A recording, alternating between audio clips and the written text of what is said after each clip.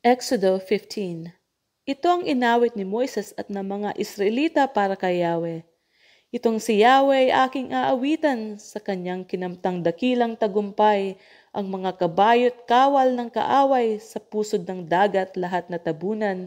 Si Yahweh ang aking kapangyarihan at kalakasan, siya ang sa akin nagdulot ng kaligtasan. Siya ay aking Diyos na aking pupurihin, Diyos ng aking Ama, aking dadakilain. Siya ay isang mandirigma, Yahweh ang kanyang pangalan. Mga karwahit kawal ni Paraon sa dagat ay kanyang itinapon, sa dagat na pula na ilibing ang mga pinunong Ehipsyo na pawang magagaling. Sa malalim na dagat sila'y natabunan, tulad nila'y batong lumubog sa kailaliman. Ang kanang kamay mo, Yahweh makapangyarihan, dinudurog nito ang mga kaaway, sa dakila mong tagumpay, nilulupig ang kaaway, sa matinding init ng iyong puot, para siyang dayaming tinutupok. Nang hipan mo ang dagat, tubig ay tumaas, parang pader na tumayo, kailalim ay tumigas. Wika ng kaaway, hahabulin ko sila at huhulihin, kayamanan nila'y aking sasamsamin, at sa tabak kong hawak sila'y lilipulin, ngunit sa isang hinga mo, Yahweh, sila'y nangalunod, parang tinggang sa malalim na tubig ay nagsilubog. Ikaw, Yahweh, sino sa mga Diyos ang iyong kagaya? Sa kabanalay dakila at kamangha-mangha, sa mga himalay di mapantayan, sa kababalaghan ay di matularan, nang iyong iunat ang kanan mong kamay, nilamon ng lupa ang aming mga kaaway, sa iyong katapatan, bayan mong tinubos ay inakay, tungo sa lupang banal, sila'y iyong pinatnubayan.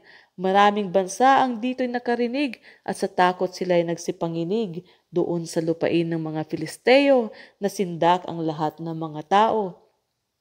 Mga pinuno ng Edom ay nangagimbal, matatapang sa Moab, sa takot ay sinakmal. Mga nakatira sa lupain ng Kanaan, lahat sila'y naubusan ng katapangan. Takot at sindak ang sa kanila'y dumatal, para silang bato na hindi na makagalaw. Nang kapangyarihan mo'y kanilang namalas, nang dumaan sa harap nila ang bayang iyong iniligtas. Sila'y dadalhin mo, Yahweh, sa sarili mong bundok, sa dakong pinili mo upang maging iyong lubos. Doon sa santuaryong ikaw ang nagtayo at tumapos, ikaw, Yahweh, ay maghahari magpakailanman. Ang mga Israelita ay hinabol ng mga kawal ng Paraon, sakay ng mga kabayo at mga karwahe. Nang ang mga kawal ay nasa gitna na ng dagat, muling pinaagos ni Yahweh ang tubig at natabunan ng alon ang mga kawal ng Paraon. Samantala, ang mga Israelita ay tumawid sa tuyong lupa. Pagkatapos kumuha ng tamburin si Miriam, ang babaeng propeta na kapatid ni Aaron, tinugtog niya ito at nagsayawan ng mga babae na mayroon ding mga tamburin. Habang sila ay nagsasayaw, ganito ang inaawit ni Miriam. Purihin si Yahweh sa kanyang dakilang tagumpay. Itinapon niya sa dagat ang mga karwahit ang nakasakay. Pinagayak ni Moises ang mga Israelita at umalis sila sa dagat na pula, patungo sa ilang ng Shur. 3 araw na silang naglalakbay, ngunit wala pa silang nakikitang tubig. Sa wakas, dumating sila sa batis ng Mara, ngunit hindi nila mainom ang tubig nito dahil mapait, kaya tinawag nila itong batis na mapait. Nagreklamo kay Moises ang mga Israelita, ano ngayon ang inumin namin? Dahil dito humingi ng tulong si Moises kay Yahweh, itunuro naman sa kanyang isang putol na kahoy. Kinuha ito ni Moises at inihagi sa tubig na wala ang pait niyon.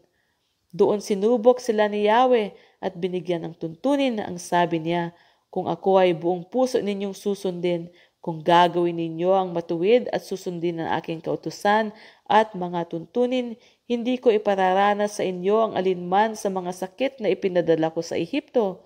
Akong si Yahweh, ang inyong manggagamot. Pagkatapos nakarating sila sa Elim, doon ay may 12 balon at 70 puno ng palma at sila ay nagkampo sa tabi ng mga balon.